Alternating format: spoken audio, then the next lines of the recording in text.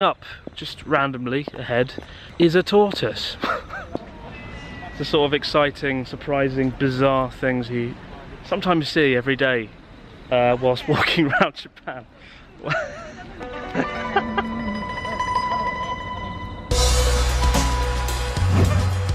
Japan is home to arguably the finest cuisine in the world, prepared with the very freshest ingredients at the hands of highly disciplined, skilled chefs. I recently won a competition called Tohoku 365 to travel around the entire northern region of Tohoku through 6 different prefectures in search of the very best local food. So far we've explored local dishes in Miyagi and Iwate prefectures, and this time we're going to be travelling around Aomori, the most northern region of Japan's main island of Honshu, where we'll be uncovering an unusual local ramen dish, trying some delicious gyoza with natsuki, as well as the largest pieces of sushi I've ever had with ryotaro, and also randomly coming face to face with a shark and a tortoise, which sounds like some sort of fable. But our first stop is Aomori City, the capital of the region and famous for being the city with the highest levels of snowfall on the planet, so thank God we didn't come here in winter.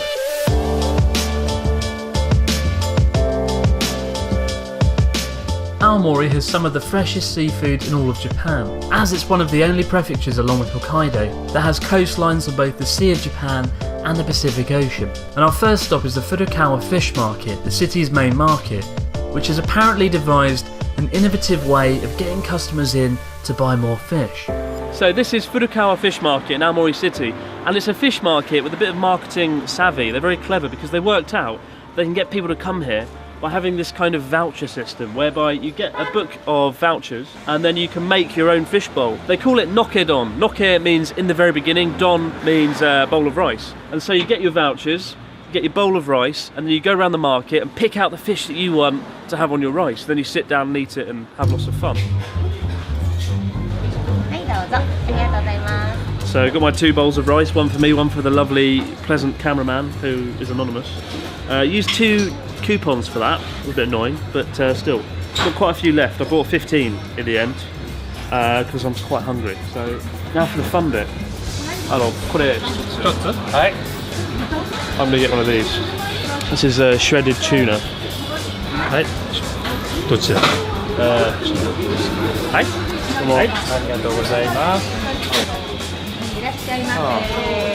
Tamagoyaki.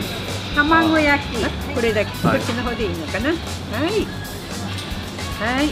Earlier on I saw some really good tuna down here, but we're down to our last 5 coupons now, so we've got to be careful. I feel a bit like when you have the last hand grenade on Call of Duty. You don't want to use it, you want to save it. Something really special.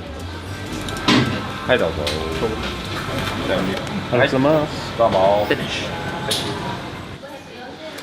That was quite fun, and I think coupons make everything better, don't they?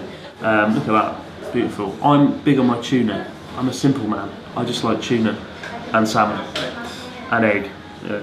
I'm not that daring when it comes to trying fish, but real fantastic. Aomori is pretty close to the island of Hokkaido, and the dish at our next stop is heavily influenced by its island neighbour, a ramen dish known only as miso curry milk ramen. It may sound like a dish conceived by someone under the influence of alcohol, but Hokkaido is famous for its dairy produce and curry soup, 2 key ingredients that have gone into this unique bowl of ramen. The soup is mildly spiced with curry, and a slice of butter is placed on the bean sprouts and pork, which quickly melts away into the soup. It tastes like curry soup, I guess. Albeit not too spicy. It's a sort of dish I'd eat maybe every other week if I lived in Aomori City. But it's certainly pretty unique. I've never seen anything like it in my time in Japan so far.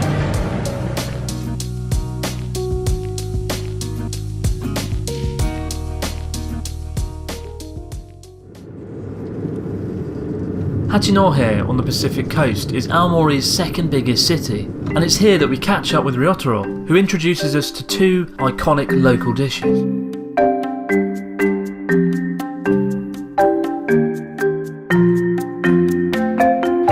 the magazine called Birders actually chose 12 great meals out of all Japan, and this mackerel sushi was chosen as one of them.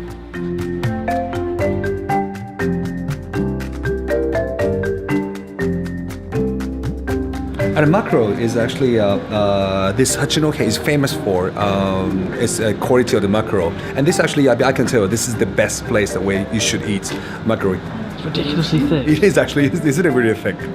Okay. Oh, it's too thick. It's huge.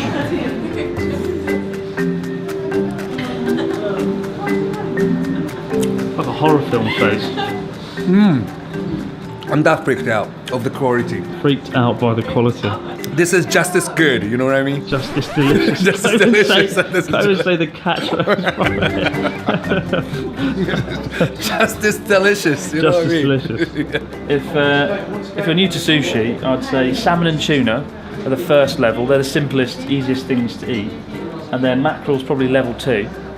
A little bit more difficult to wrap your head around. But then there's level 3, which is like sea urchin. What does it taste like? Describe. Very big. I thought you became a great food reviewer. Oh, it's so succulent and juicy. It's cool because you can actually see the skin of the fish. But that's not selling it, is it? That doesn't sound good. The skin of the fish. You don't really talk about skin of the fish. If I was to sum it up in 3 words. Yep. Soft, succulent and fresh. 5.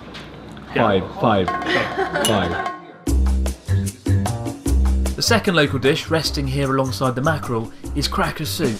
Yes, cracker soup. Senbei-jiru as it's known in Japanese. It may sound like a simple and slightly odd dish, but it's a staple food of the region, consisting of a broken wheat cracker into a soup of fish, vegetables or meat. And given Aomori's disturbingly cold, snowy winters, it's hardly a surprise that the warm soup dish is so popular.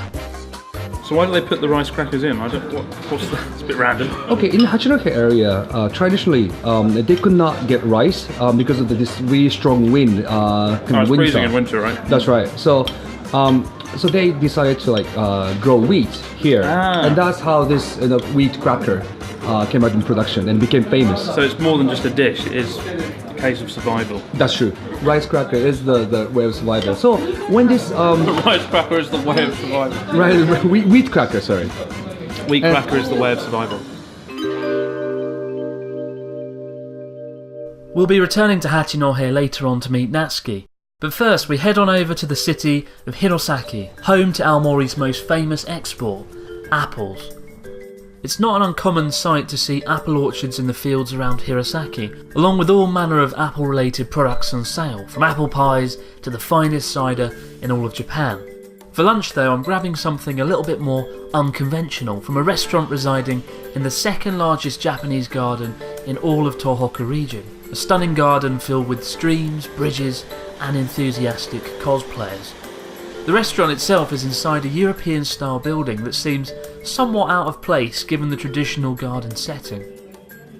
I've just ordered apple beef curry with rice, which is good because I've spent the last few days eating nothing but fish, so it's nice to have something a bit different. Although, again, it's got apples in it because everything in Aomori has apple. So if you like apples, Aomori, isn't it?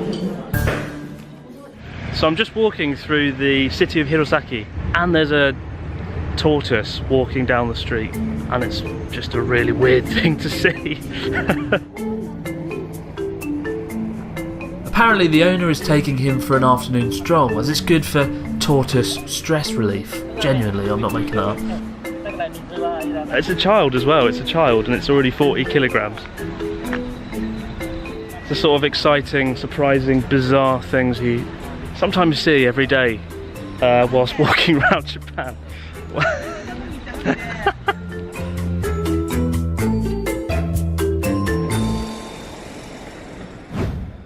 Back to Hachinohe, where we meet Natsuki at the city's largest indoor market, a cavernous sprawl with over 60 independent vendors.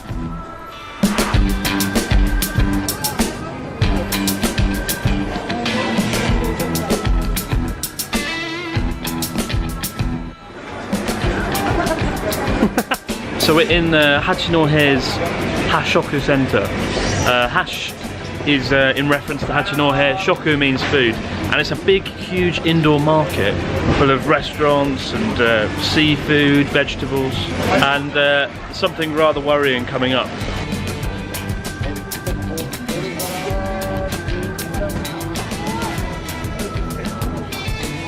How's it feel? Charming. Charming. Whoa. Dental. Nice dental. Huh? Nice dental. Nice dental. Oh. Natsuki's done his homework and takes us to a restaurant selling a variety of dishes containing Aomori black garlic, a type of garlic with black cloves and characterised by its sweet and almost vinegary aroma. So garlic is very popular around these parts, so nearly everything we've ordered seems to have garlic in it. The gyoza, the rice, the ramen? Garlic, garlic, garlic. So busy. Why is it busy today? Maybe holiday. Holiday? Uncle holiday. Uncle holiday. Are you celebrating your uncle? Celebrate? Yes. No, I have no uncle. Oh no. Shit. Thank you. Wow. This is the gyoza. So with gyoza, you need a bowl of soy sauce and a bit of vinegar, and then you dip the gyoza in there, kind of let it marinate for a few minutes. Yeah. Oh, very garlicky indeed. Oh, garlic. Spicy. Spicy is good. And the soup, natural. Oh, hot dancing. Hot dancing. Gyoza, garlic rice, and a big bowl of ramen. After a meal like this, you won't need to eat again for about 6 hours. I'm a bit worried that after this I'll kind of just collapse in the car. I feel a sense of guilt because Natsuki's come all the way up to Aomori just for the day, and he's got to drive back this afternoon because he's got work tomorrow. So how long will it take to drive from here all the way back to Yamagata? So very long.